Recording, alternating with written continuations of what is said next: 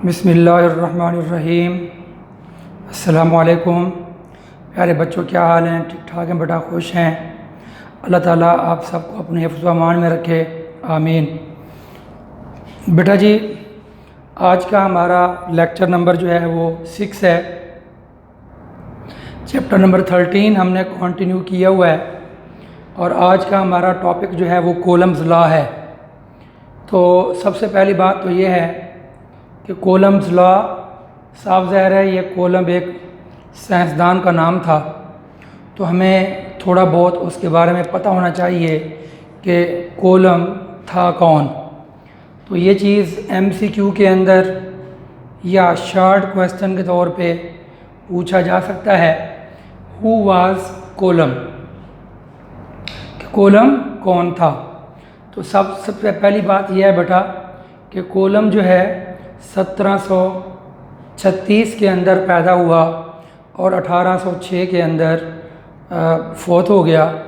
तो ये उसकी डेट ऑफ बर्थ और डेट ऑफ डेथ दोनों ऊपर लिखे हुए हैं। और आगे उसके बारे में कुछ तफसील है कि चार्ल्स कॉलम, यानी इसका नाम जो था वो चार्ल्स कॉलम था, was a great French scientist. तो ये हमें मालूम हुआ कि इसका नाम चार्ल्स कॉलम था और ये फ्रांस का था, ठीक है, और ये एक अजीम साइंसदान गुजरा है। तो इन 1785 देख लें, तो 1736 में तो पैदा हुआ, तो जब ये सन पहुंचा 1785, ही established the fundamental law of electrostatic force between two stationary charged particles.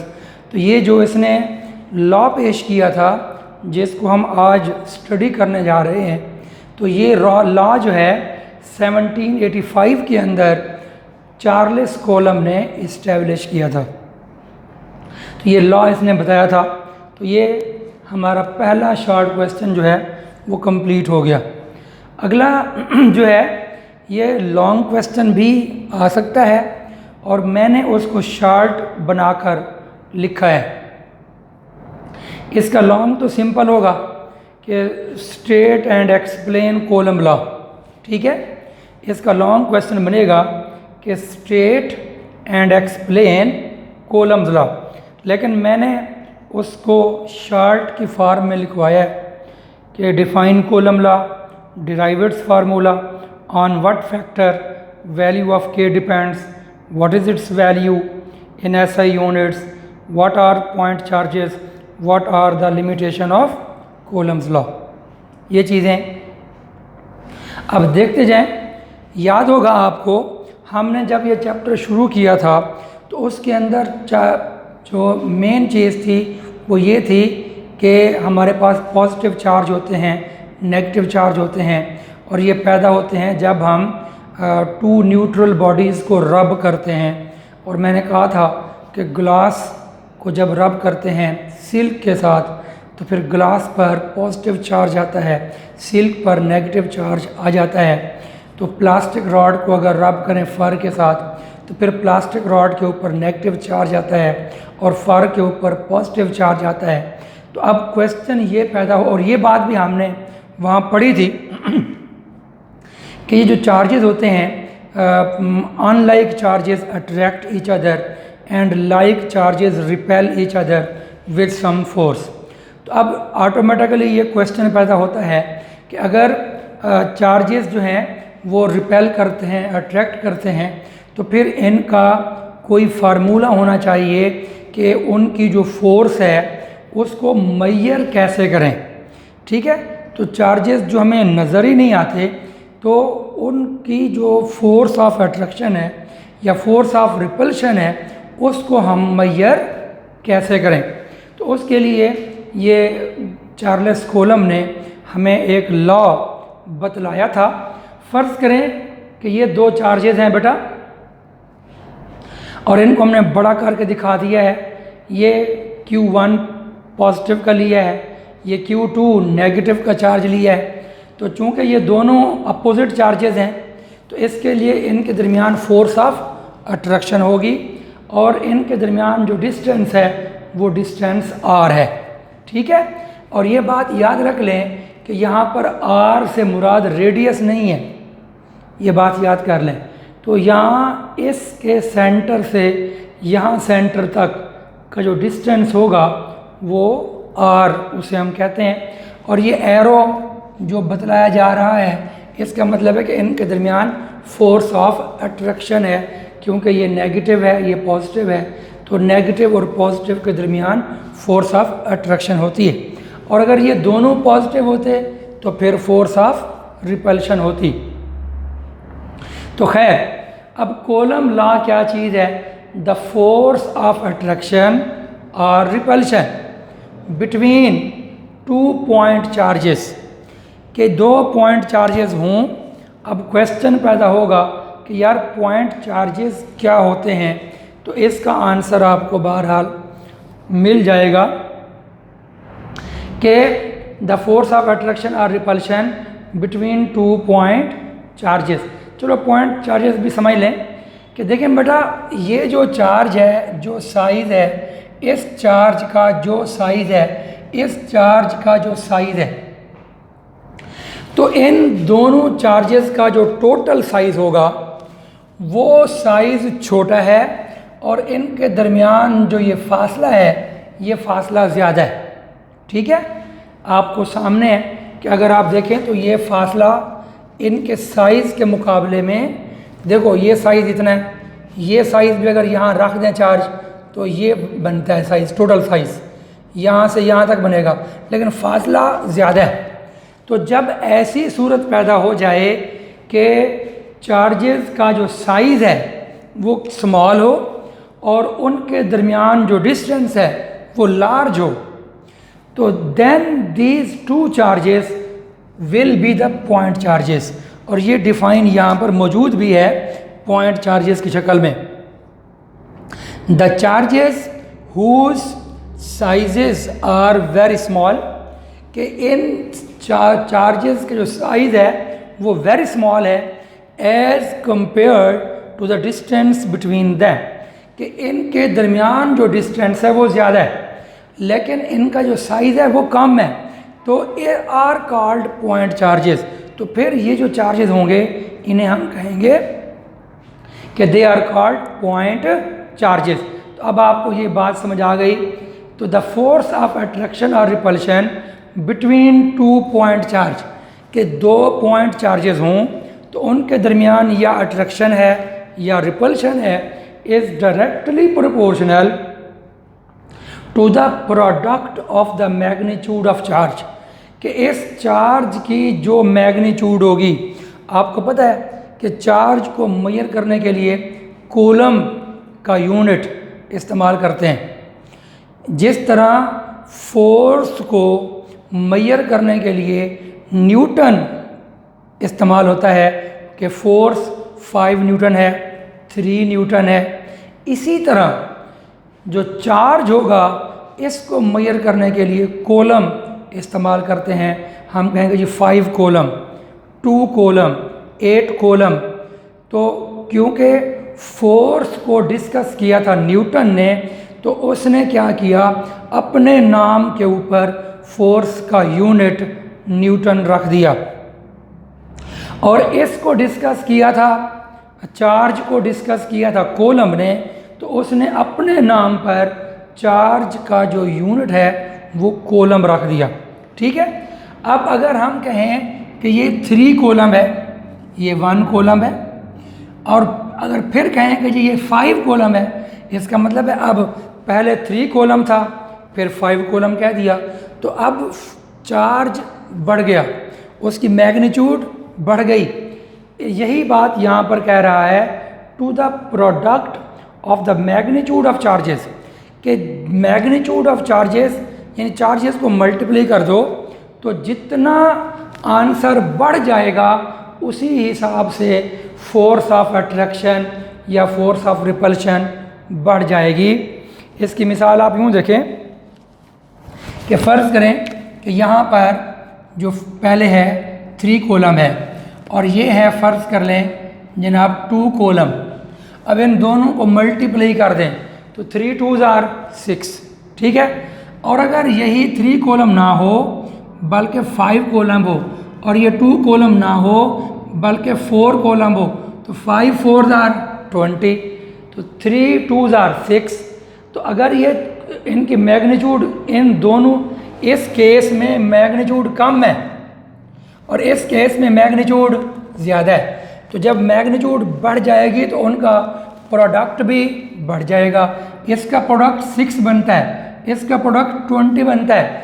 तो जब प्रोडक्ट कम है तो इनके दरमियान अट्रैक्शन भी कम होगी और प्रोडक्ट जब बढ़ जाएगा तो इनके दरमियान अट्रैक्शन भी बढ़ जाएगी।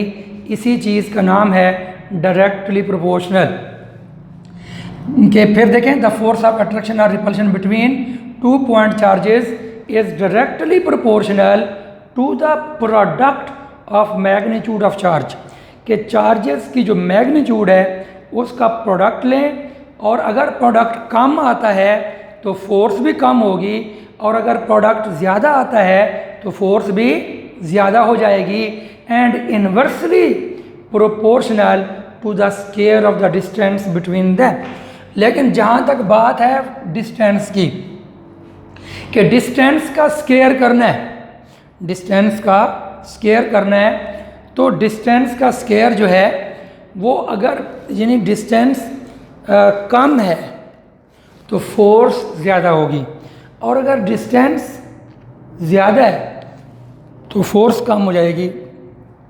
और ये बात दिमाग भी मानता है कि भाई अगर ये डिस्टेंस इतना है तो जितनी भी फोर्स होगी, अगर यही दोनों चार्जेस क्लोज कर दें तो फिर क्लोज आने पर इनमें अट्रैक्शन और बढ़ जाएगी। या अगर आप इनको थोड़ा और दूर कर दें, इसको यहाँ ले जाएं, इसको यहाँ ले जाएं, तो जब ये चार्जेस दूर कर देंगे डिस्टेंस बढ़ जाएगा तो इनका स्क्वायर करेंगे तो वो भी बढ़ जाएगा और फिर जो है जो फोर्स होगी वो कम हो जाएगी। And inversely proportional to the square of the distance between them. तो उम्मीद है जो है आपको ये बात समझ आ गई होगी कि इस डिस्टेंस का स्क्वायर लेना है। तो ये चीज़ है, ये हमारे पास कूलम्स लॉ है। अब ये उसके साथ है डिराइव्ड्स फार्मूला, तो बहुत आसान फार्मूला है। Consider 2 point charges Q1 and Q2, the distance between them is R according to Coulomb's law. F जो फोर्स है प्रोपोर्शनल है किसके बेटा, Q1 मल्टीप्लाई बाई Q2। यही बात जो ऊपर मैंने आपको समझाई है कि चार्जेस का जो प्रोडक्ट है उसके जो फोर्स है वो डायरेक्टली प्रोपोर्शनल है और जो डिस्टेंस है उसका स्क्वायर करना है, ठीक है, और स्क्वायर वो उसके इन्वर्सली प्रोपोर्शनल है। तो ये बात हो गई। अब यहाँ पर एक बात और भी बता दूँ कि ये डिस्टेंस का स्क्वायर हम क्यों करते हैं, क्योंकि देखें बेटा इस चार्ज से लेकर यहाँ तक जो डिस्टेंस है वो R है, ठीक है, और जैसे इसका डिस्टेंस यहाँ से यहाँ तक होगा, इसके लिए भी यहाँ से यहाँ तक डिस्टेंस होगा। तो गोया के डिस्टेंस 2 मरतबा हुआ, एक यहाँ से यहाँ तक हुआ, एक यहाँ से यहाँ तक हुआ, तो फिर इन दोनों को हम मल्टीप्लाई करते हैं इस वजह से कि एक मरतबा डिस्टेंस यहाँ से यहाँ तक लेते हैं इसके लिए लेते हैं यहाँ से यहाँ तक, तो इस तरह से 2 डिस्टेंस बन जाते हैं। फिर उनको हम मल्टीप्लाई करते होते हैं कि जिस तरह हमने चार्जेस को मल्टीप्लाई किया है, कि देखें यहाँ पर चार्जेस को जिस तरह मल्टीप्लाई किया है वैसे डिस्टेंस को भी मल्टीप्लाई किया गया है। तो चूंकि चार्जेस डिफरेंट थे, ये कुछ और चार्ज है, ये कुछ और चार्ज है, तो इसलिए इनका स्क्वायर नहीं किया। लेकिन चूंकि डिस्टेंस तो जितना यहाँ से यहाँ होगा उतना ही वहाँ से वहाँ होगा, तो इसलिए x multiply x square math का फार्मूला होता है, तो r मल्टीप्लाई r तो r स्क्वायर बन जाएगा। जबकि अगर चार्जेस सेम होते, फ़र्ज़ कर लें ये भी 3 कॉलम है, ये भी 3 कॉलम है, तो फिर आप q स्क्वायर कर देते। तो आम तौर पर चूँकि ये चार्जेस डिफरेंट हो सकते हैं इसलिए यहाँ ऊपर हमने स्क्वायर नहीं लिखा, बल्कि इनके नाम Q1 और Q2 लिखे हुए हैं। तो उम्मीद है आप बच्चों को ये स्क्वायर क्यों आया हुआ है इसका पता भी चल गया होगा। उसके बाद जी अब इन दोनों को बेटा कंबाइन कर दें तो Q1 Q2 over R square, और ये साइन ऑफ प्रोपोर्शनैलिटी जब ख़त्म किया जाता है तो आपको याद होगा मैंने बताया था कि इस साइन को जब ख़त्म करते हैं तो बदले में दो चीज़ें लगाई जाती हैं, एक इक्वल लगाया जाता है इक्वल, और दूसरा जो है वो कांस्टेंट लगाया जाता है। तो यहाँ पर जो कांस्टेंट है वो K है। जब न्यूटन ने ये कुछ किया था तो वहाँ जो कांस्टेंट K था उसकी वैल्यू 1 थी, ठीक है, लेकिन यहाँ पर जो कांस्टेंट K है उसकी वैल्यू 1 नहीं है बेटा। अभी देखते हैं क्या है। Equation 3 is called Coulomb's law. तो ये हमारा जो पार्ट था कि जी डिराइव इट्स फार्मूला, तो ये फार्मूला डिराइव कर दिया। इम्तिहान में अलग 2 नंबर से फार्मूले का डिराइव भी आ सकता है, तो फिर आप यहाँ से शुरू करेंगे और यहाँ तक फार्मूला डिराइव कर देंगे। उसके बाद है जी व्हाट इज़ के, क्वेश्चन था ना यही हमारा, on what factor value of K depends, what is value वगैरह। तो what is K, K is constant of proportionality, its value depends upon the medium between the two charges. गौर कर लें कि दो चार्जेस के दरमियान जो मीडियम है, तो अगर मीडियम हवा हो, ये एक चार्ज है ये दूसरा चार्ज है, इनके दरमियान हवा है, तो इसमें जो फोर्स ऑफ अट्रैक्शन और रिपल्शन होगी वो कुछ और होगी। और अगर यहाँ पर हवा की बजाय हम यहाँ पर मीडियम जो है वो हवा की बजाय चेंज करके यहाँ पे हम आयरन रख दें, लोहे की प्लेटें रख दें, तो लोहे की प्लेट यहाँ पर रख कर एक चार्ज इधर और एक प्लेट के इधर हो, तो अब साफ ज़ाहिर है अब पहले के मुकाबले में फोर्स चेंज हो जाएगी। और अगर यहाँ पर लकड़ी रख दी जाए, ठीक है, वुडन प्लेट यहाँ पे रख दी जाए और वुडन प्लेट के इधर चार्ज हो इधर चार्ज हो, तो फिर उसमें जो फोर्स ऑफ अट्रैक्शन है वो और हो जाएगी। इस तरह यहाँ अगर मटेरियल हम चेंज करते जाएंगे इन दोनों चार्जेस के दरमियान, तो ये जो फोर्स ऑफ अट्रैक्शन है या रिपल्शन है तो वो तब्दील होना शुरू हो जाएगी। तो चार्जेस हालांकि वही रहेंगे, तो वही चार्जेस होंगे, लेकिन फोर्स ऑफ अट्रैक्शन और रिपल्शन तब्दील होना शुरू हो जाती है। क्यों?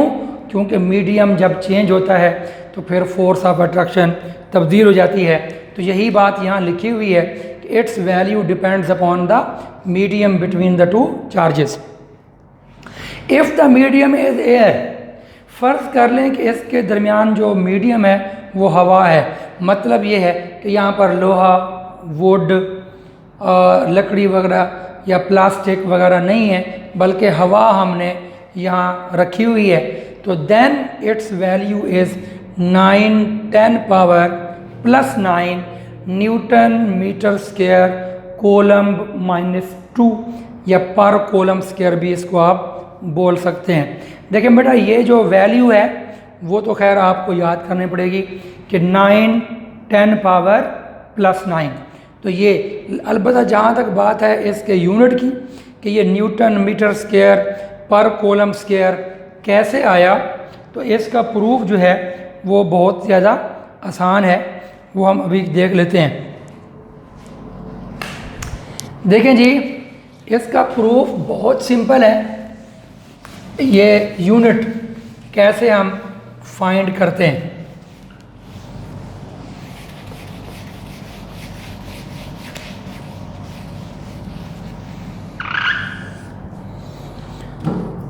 देखें बेटा हमारे पास फार्मूला है के Q1 Q2 over R square is equal to F, ये फार्मूला है ये वाला।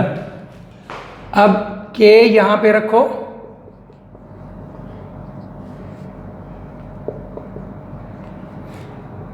ये यूँ बन जाएगा, ये आर स्क्वायर इधर जाकर मल्टीप्लाई हो गया, Q1 Q2 इधर आकर डिवाइड हो गया।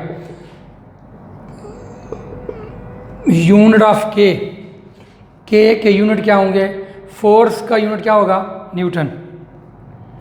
ये डिस्टेंस है, इसका यूनिट क्या होगा, मीटर, और इसका क्या होगा कोलम, और फिर दूसरा भी कोलम, तो इसको हम कहेंगे कोलम स्क्वायर।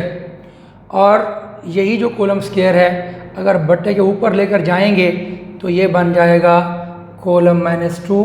तो उम्मीद है आपको ये इसका यूनिट भी समझ आ गया कि ये यूनिट किस तरह से आया हुआ है। उसके बाद अगला क्वेश्चन जो था वो पॉइंट चार्जेस है। तो पॉइंट चार्जेस जो है वो इंतहाई आसान है, पहले भी मैंने आपको समझा दिया है।